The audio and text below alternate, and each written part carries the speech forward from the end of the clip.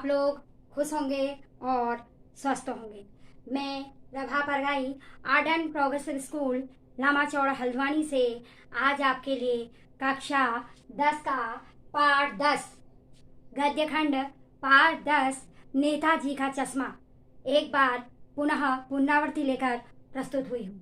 इससे पहले मैं आपको ये पाठ पढ़ा चुकी हूँ और इस पाठ का पूरा पाठ मैंने आपको रीड कर भी बताया है और उसका अर्थ भी मैंने आपको समझाया है। तो बच्चों, इससे पहले वीडियो में मैं आपके लिए उपवाक्य लेकर प्रस्तुत हुई थी। आशा है आप लोगों को बहुत अच्छे से समझ में आया होगा और कई बच्चों को यानी कि गूगल मीट के माध्यम से भी हम पढ़ा रहे हैं, तो आशा है आप लोगों को समझ में आया होगा। तो बच्चों, आज जो हमारा ये पाठ है एक बार फिर मैं आपके लिए पुनरावृत्ति लेकर प्रस्तुत हुई हूँ। अगर पहले आपको कोई चीज़ समझ में ना आई हो तो आज मैं एक बार फिर से आपको इस पाठ का संक्षिप्त सार बताऊंगी। उसके बाद पाठ पर आधारित कुछ वस्तुनिष्ठ प्रश्न हम करेंगे, यानी कि छोटे प्रश्न उत्तर जो वन वर्ड आंसर यानी कि एक शब्दों में आप उसका उत्तर दे सकते हैं। तो कुछ ऐसे प्रश्नों का अभ्यास आज हम करेंगे। तो चलते हैं। पाठ 10 नेताजी का चश्मा। तो ये जो पाठ है आपका नेताजी का चश्मा, ये स्वयं प्रकाश जी द्वारा लिखा है। इसके लेखक जो हैं वो स्वयं प्रकाश जी हैं। तो एक बार मैं इस पाठ का संक्षिप्त सार कुछ बिंदुओं पर आपसे बात करूंगी कि इस पाठ में जो पूरा आपका सारांश है उसमें किन किन बिंदुओं पर बात हुई है। तो इन बिंदुओं के आधार पर आपको एक बार फिर से इस पाठ का सारांश पुनः मैं करवाऊंगी और आप लोग ध्यान से देखेंगे। जिन बच्चों को समझ में आ गया है बहुत अच्छा है, और जिन बच्चों को अभी बहुत सारी चीज़ें इससे समझ में नहीं आई हैं तो एक बार पुनः इसीलिए मैं आपके लिए ये पाठ का सार लेकर प्रस्तुत हुई हूँ। तो इन कुछ बिंदुओं के कुछ मुख्य बिंदु मैंने पाठ के सारांश के लिखे हैं यहाँ पर। इन बिंदुओं के आधार पर हम बात करेंगे, इससे आपको संक्षिप्त में पाठ समझ में आ जाएगा। उसके बाद हम कुछ वस्तुनिष्ठ प्रश्न इसमें करेंगे। चलिए शुरू करते हैं। पाठ का सारांश नेताजी का चश्मा। तो कस्बे का स्वरूप। सबसे पहले एक कस्बे से ये जो आपकी कहानी है शुरू होती है। तो ये जो कस्बे का स्वरूप कैसा था, मतलब जहाँ पर ये सब घटना हो रही है वो कहाँ पर हो रही है, उसका स्वरूप कैसा है। हवलदार साहब, आप जानते हैं कि हवलदार साहब अपनी कंपनी के कुछ काम से इस कस्बे में आया करते थे। एक छोटा कस्बा था, शहर के बीच में एक कस्बा था। तो यहाँ हवलदार साहब आते थे इस कस्बे में। इस कस्बे में क्या क्या था, इस कस्बे का कैसा स्वरूप था, वो पहले वाले बिंदु में मैं आपसे बात करूंगी। तो कस्बे का जो स्वरूप था वो पक्के और कच्चे मकान थे वहाँ पर। आपको मैंने बताया जब पाठ में आप शुरू में पढ़ते हैं तो उस समय पूरा स्वरूप आपको आपकी बुक में बताया गया है। तो कस्बे में कुछ कच्चे मकान थे और कुछ पक्के मकान थे। और यहाँ की एक विशेषता ये थी कि यहाँ पर लड़कियों का एक अलग विद्यालय था और लड़कों का एक अलग स्कूल था, यानी कि गर्ल्स और बॉयज़ का अलग अलग एक स्कूल इस कस्बे में था। और एक छोटा सा सीमेंट खाना था यहाँ, और 2 सिनेमा घर यहाँ पर थे, यानी कि 2 सिनेमा घर भी इस कस्बे में थे और एक छोटा सीमेंट खाना था।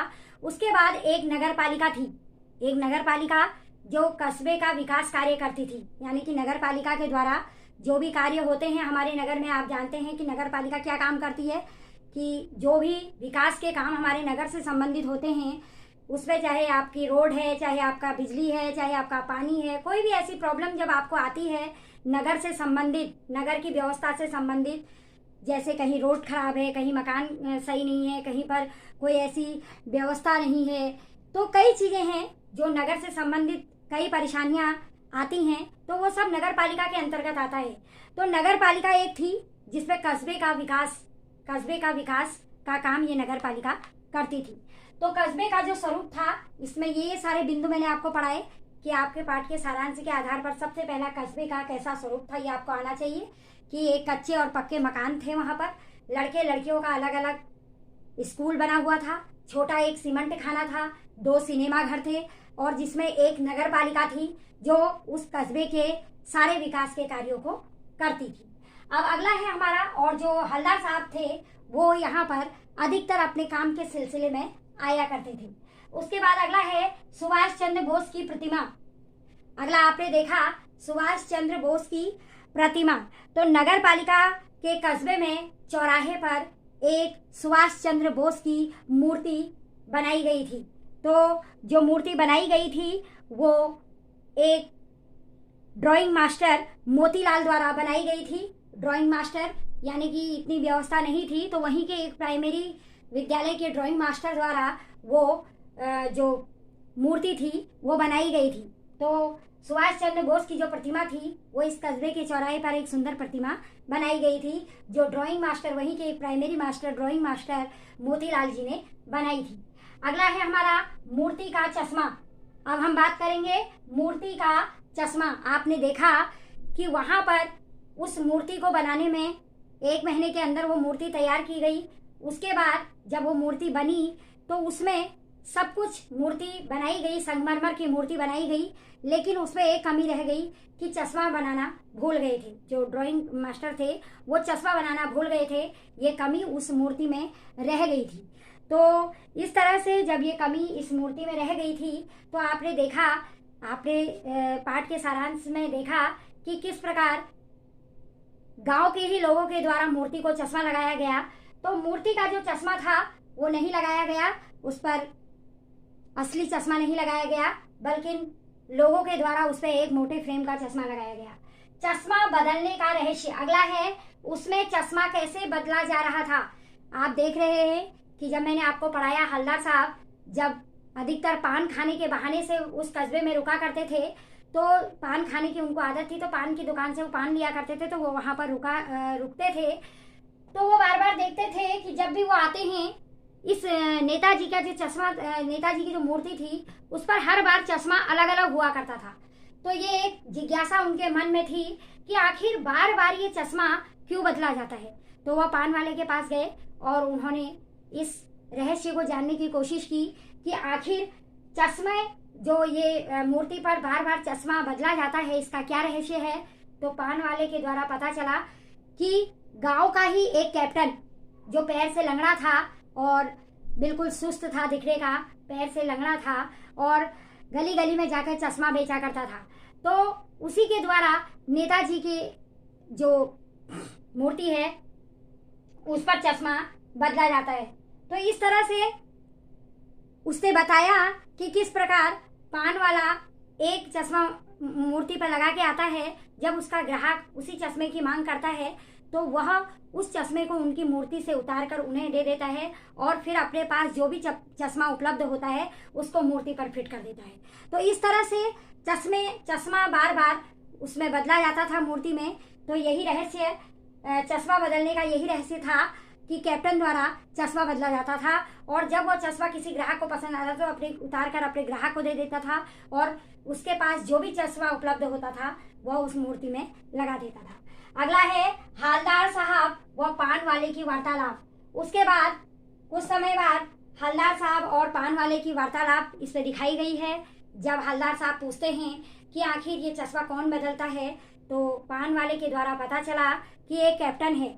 तो जब हवलदार साहब द्वारा पूछा गया क्या वो कोई फौजी है जिसमें देशभक्ति की इतनी भावना है, तो अचानक पान वाला उस पर हंस पड़ा और जोर से बोलने लगा कि नहीं साहब, वह एक लंगड़ा है। तो इस तरह एक देशभक्ति जिसके अंदर एक गरीब जो सब कुछ शरीर से इतना कमजोर है फिर भी उसके अंदर इतनी देशभक्ति का जज्बा है, यह जानकर भी लोग किस तरह मजाक देशभक्ति की बनाते हैं, यह यहाँ पर हवलदार साहब को ये चीजें अच्छी नहीं लगी। तो इस तरह पान वाले और हवलदार साहब की यहाँ पर वार्तालाप होती है। अगला है कैप्टन की मृत्यु। आपने देखा कि किस प्रकार जब 15-16 दिन के बाद, एक लंबे समय के बाद हवलदार साहब किसी काम के सिलसिले में बाहर चले जाते हैं और वो काफी दिनों के बाद इस कस्बे में आते हैं, तो अचानक वो देखते हैं कि आज मूर्ति पर चश्मा लगा हुआ नहीं है। तो उनके मन में एक कौतूहल, एक जिज्ञासा होती है कि आखिर मूर्ति पर आज चश्मा क्यों नहीं है। तो जब वह पान वाले से पूछते हैं तो पता चलता है कि आज चश्मे वाले की मृत्यु हो चुकी है। तो यह सुनकर उनके मन में बहुत दुख होता है और वो यह सोचते हैं कि आखिर अब नेताजी के मूर्ति में चश्मा कौन लगाएगा। तो इस तरह की भावना और वह उदास मन से वहां से लौट जाते हैं। उसके बाद है सरकंडे का चश्मा। आपने देखा कि वैसे तो हवलदार साहब उस कस्बे में आप कभी नहीं आना चाहते थे, लेकिन आज अचानक किसी काम से वो जा रहे थे तो उन्होंने अपने ड्राइवर को वहां पर गाड़ी रोकने के लिए नहीं कहा। उन्होंने कहा कि आज सीधे चले जाना, वहां पर गाड़ी मत रोकना। लेकिन उनकी आंखों को एक आदत सी हो गई थी नेताजी की मूर्ति को देखने की। तो आज एक बार फिर से वहां से गुजरते हुए उन्होंने सर उठाकर वो मूर्ति देखी तो उन्होंने देखा कि मूर्ति में आज एक सरकंडे का चश्मा लगा हुआ है। तो यह देखकर उनके मन में एक कौतूहल, एक जिज्ञासा, एक जानने की इच्छा उनको हुई कि आखिर यह चश्मा किसने लगाया। तो वह वहां पर रुक गए। रुकने के बाद उन्होंने देखा और पान वाले से पूछा कि आखिर ये चश्मा किसने लगाया। सरकंडे का एक गोल चश्मा लकड़ी का बना हुआ। तो उन्हें पता चला कि उस कस्बे के कुछ बच्चों के द्वारा ही यह काम किया गया है और मूर्ति पर चश्मा लगाया गया है। तो आज हवलदार साहब बहुत प्रसन्न हुए कि वास्तव में इस देश में आज भी लोगों के अंदर देशभक्ति की भावना है, यानी कि चाहे कुछ भी हो, इस कस्बे के लोगों में आज भी देशभक्ति जिंदा है। यह देखकर वह बहुत प्रसन्न हुई। तो इस प्रकार इस पाठ के सारांश का समापन होता है। तो मैंने आपको कुछ बिंदुओं के माध्यम से संक्षिप्त में इसका सारांश बताया। अब हम कुछ वस्तुनिष्ठ प्रश्न, यानी कि कुछ ऐसे प्रश्न जो आपके परीक्षा में बहुत उपयोगी हैं और आगे भी आपकी बहुत मदद इन प्रश्नों से हो सकती है, क्योंकि यहाँ पर आपके गद्यांश भी पूछे जा सकते हैं। तो जो गद्यांश से पूछेंगे उसमें भी ये कुछ प्रश्न उत्तर आपके बहुत उपयोगी रहेंगे। तो अब हम चलते हैं पाठ के कुछ महत्वपूर्ण प्रश्न पर उत्तर पर हम बात करते हैं। तो चलते हैं पाठ के प्रश्न। तो बच्चों, अभी मैंने आपको पाठ से सारांश से संबंधित कुछ बिंदु बताए, जिसके आधार पर संक्षिप्त में मैंने आपको पाठ बताया। तो अब हम बात करते हैं पाठ पर आधारित कुछ प्रश्न उत्तर, जो संक्षिप्त में प्रश्न उत्तर आपके एग्जाम में, परीक्षा में बहुत उपयोगी होते हैं और आपके जो वनवर्ड प्रश्न उत्तर, वस्तुनिष्ठ प्रश्न उत्तर होते हैं, उनमें आपको बहुत सहायता इससे मिलेगी। तो इस पाठ पर आधारित क्या क्या प्रश्न हैं, तो कुछ प्रश्न उत्तरों पर हम बात करेंगे। सबसे पहला प्रश्न हम बात करेंगे, ध्यान से देखिएगा। प्रश्न नंबर 1, कस्बे में नेताजी की प्रतिमा किसने और कहाँ लगवाई थी। प्रश्न नंबर 1 आपका है, कस्बे में नेताजी की प्रतिमा किसने और कहाँ लगाई थी। तो इस तरह से प्रश्न नंबर 1 आपका हुआ। तो आपने प्रश्न नंबर 1 का उत्तर लिखा। आप खुद इसका उत्तर कमेंट बॉक्स में भी दे सकते हैं। सब बच्चों को पता है कि कस्बे में नेताजी की प्रतिमा मुख्य चौराहे के, बाजार के चौराहे पर आप लिखेंगे कस्बे में नेताजी की, कस्बे में नेताजी की प्रतिमा, कस्बे में नेताजी की प्रतिमा बाजार के चौराहे पर, कहाँ लगाई थी बच्चों, बाजार के चौराहे पर, चौराहे पर, बाजार के चौराहे पर किसके द्वारा लगाई गई थी, नगर पालिका के बोर्ड प्रशासनिक अधिकारी, आप शुद्ध लिखेंगे पर नगर पालिका की, नगर पालिका के बोर्ड प्रशासनिक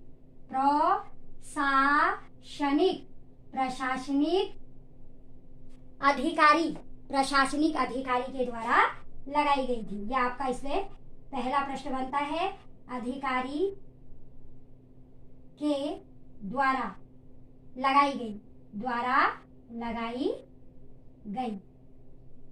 अगला है, तो इस तरह पहले प्रश्न का उत्तर आपका है कि कस्बे में नेताजी का जो प्रतिमा थी वो बाजार के चौराहे में बोर्ड प्रशासनिक अधिकारी द्वारा लगाई गई। अगला हमारा इसका प्रश्न बनता है कि नेताजी की आंखों पर कैसा चश्मा लगा था। नेताजी की आंखों पर कैसा चश्मा लगा था। आप कमेंट बॉक्स में भी इसका आंसर दे सकते हैं आप लोग को पता है कि नेताजी की आंखों पर कैसा चश्मा लगा था?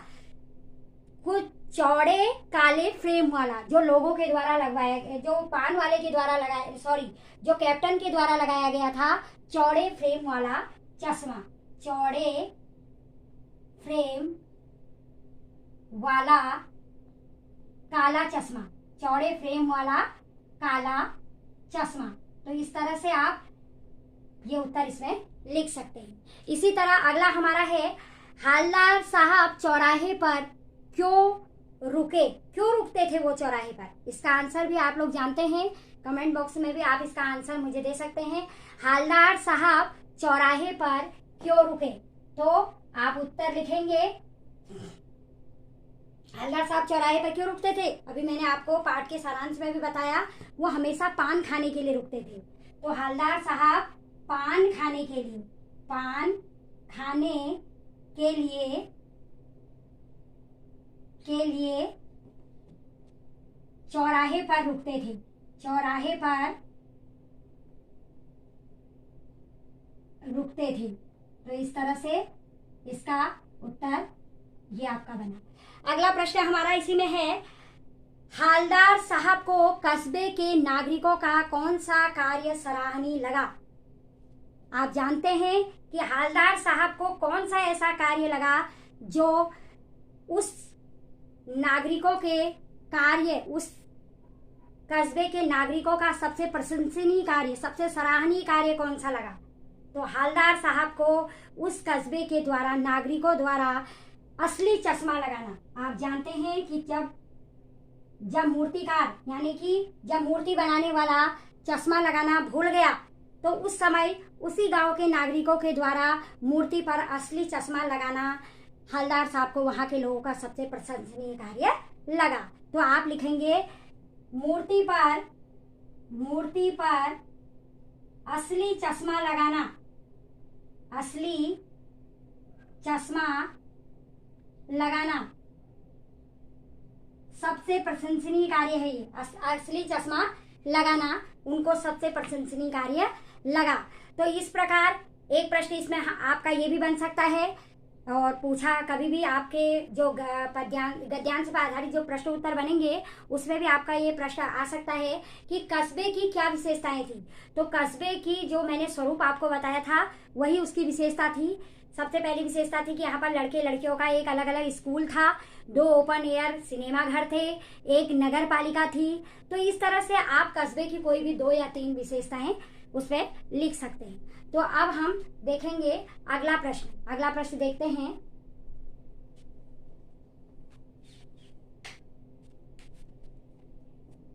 तो बच्चों अगला प्रश्न हमारा है, नेताजी की मूर्ति पर सरकंडे का चश्मा किसने लगाया था होगा? आप जानते हैं जब हालदार साहब कैप्टन की मृत्यु के बाद बहुत समय बाद इस कस्बे से गुजरे, तो उन्होंने अचानक देखा कि आज, उन्होंने सोचा कि नेताजी के चश्मे पर किसी ने चश्मा नहीं लगाया हो, लेकिन उनकी जब नज़र पड़ी तो उन्होंने देखा कि एक सरकंडे का चश्मा उनके आंखों पे लगा हुआ है। तो वह चश्मा किसने लगाया होगा? तो वह चश्मा वहाँ के ही उसी कस्बे के किसी बच्चे ने लगाया था। तो आप इसमें उत्तर लिख सकते हैं, किसी बच्चे ने। अगर ये प्रश्न आपके उसमें आता है तो आप इसमें लिख सकते हैं, उस कस्बे के किसी बच्चे ने, यानी कि कस्बे के ही किसी बच्चे ने वह चश्मा लगाया होगा। ठीक। अगला प्रश्न हमारा है, किसे देखकर हालदार साहब के चेहरे पर कौतुक भरी मुस्कान फैल गई? किसे देखकर हालदार साहब के चेहरे पर कौतुक भरी मुस्कान फैल गई? तो किसे देखकर फैली?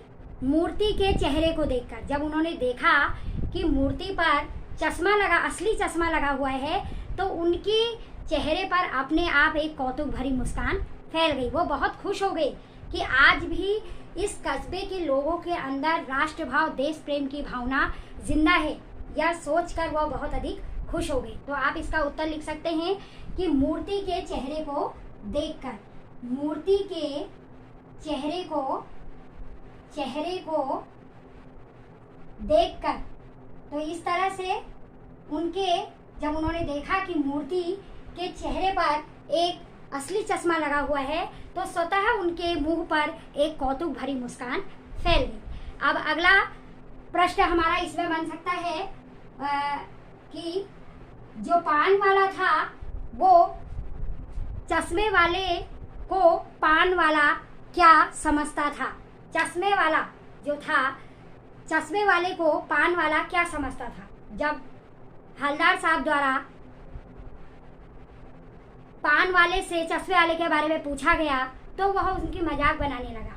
तो इस तरह उसने उसको पागल कहा। अब पागल है, पागल कहा। तो इस तरह से चश्मे वाले को पान वाला पागल समझता था। क्या समझता था? पागल समझता था, जबकि वह पागल नहीं था। पागल समझता था, समझता था। क्यों? जबकि वह पागल नहीं था, उसके अंदर देशभक्ति की एक भावना थी जो जब वह अपने चश्मों को मूर्ति पर लगाकर और उसके पास कोई ग्राहक आ जाता, उस चश्मे को निकालकर उन्हें दे देता और स्वयं उसके पास जो चश्मा होता उसे वहां पर फिट कर देता। यह सब देखकर वह पागल नहीं है, उसके अंदर एक देशभक्ति, एक राष्ट्र प्रेम की भावना आज भी जिंदा है। यह देखने की कोशिश पान वाले ने नहीं की, बल्कि वह उसको क्या कहता था? पागल कहता था और उसके मजाक बनाता था, जो हवलदार साहब को बिल्कुल पसंद नहीं था। तो इस तरह ये प्रश्न उत्तर मैंने आपको यहाँ पर बताए। अब इसी में और बहुत सारे प्रश्न उत्तर आपके बन सकते हैं, जैसे इस पाठ के लेखक कौन हैं, यह भी एक प्रश्न आपके उसमें आ सकता है। तो आपको पता है कि स्वयं प्रकाश जी इस पाठ के लेखक हैं। तो अगला जो प्रश्न हमारा है वो हमारा जो अगला प्रश्न है वो है, हम अगले प्रश्न की तरफ चलते हैं। उत्तर नंबर अगला 8वां जो प्रश्न हमारा है वो है, इस बार कस्बे से गुजरते समय हवलदार को मूर्ति में क्या अंतर दिखाई दिया। आपको पता है कि इस बार कस्बे से गुजरते पर हवलदार साहब ने मूर्ति में क्या अंतर देखा कि मूर्ति पर चश्मा नहीं है, क्योंकि जब कैप्टन मर चुका था, मूर्ति पर चश्मा न होना, यह अंतर देखा उन्होंने। चश्मा न होना यह एक बड़ा अंतर था। आज जब वो कस्बे में आए तो उन्होंने देखा कि मूर्ति पर चश्मा नहीं था। अगला प्रश्न है, हवलदार साहब का स्वभाव कैसा था। ये बहुत ही महत्वपूर्ण प्रश्न है कि हवलदार साहब का स्वभाव कैसा था।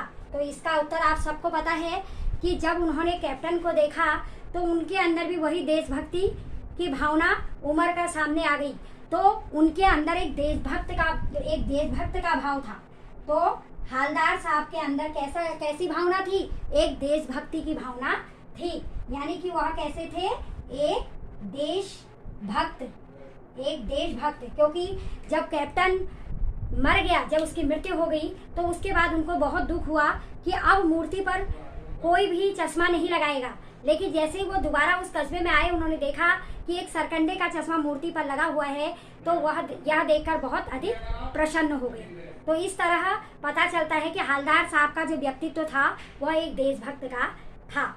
ठीक है। अगला प्रश्न इसमें एक ये भी आपके परीक्षा में आ सकता है कि नेताजी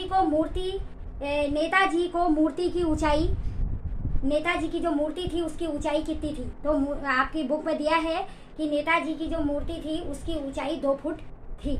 तो बच्चों, इस प्रकार अन्य भी बहुत सारे प्रश्न उत्तर आपके इस पाठ पर आधारित आप अभ्यास कार्य से आपके बन सकते हैं। यानी कि जब आप अपने पाठ को पढ़ेंगे तो इसमें बहुत सारे प्रश्न उत्तर स्वतः ही आपके दिमाग में, स्वतः ही आपके मस्तिष्क में आएंगे और उन्हें आप पढ़ेंगे और देखेंगे। और जो भी वर्कशीट, यानी कि मैंने एक अभ्यास कार्य आपके उसमें आज पीपीटी के माध्यम से आपको मैं भेजूंगी, उसमें एक अभ्यास कार्य मैंने आपको दिया है। यानी कि कुछ प्रश्न उत्तर आपको दिए हैं, उन प्रश्न उत्तरों को सुंदर लेख में आपने अपनी कॉपी में करना है। तो बच्चों, आशा है आज का ये जो हमारा टॉपिक था ये आपको समझ में आया होगा। आप इसी तरह मेरे वीडियो को देखिएगा और वीडियो देखने के बाद आपको समझ में आएगा। जब आप वीडियो देखेंगे तब आपको सारी चीज़ें स्वतः क्लियर होंगी।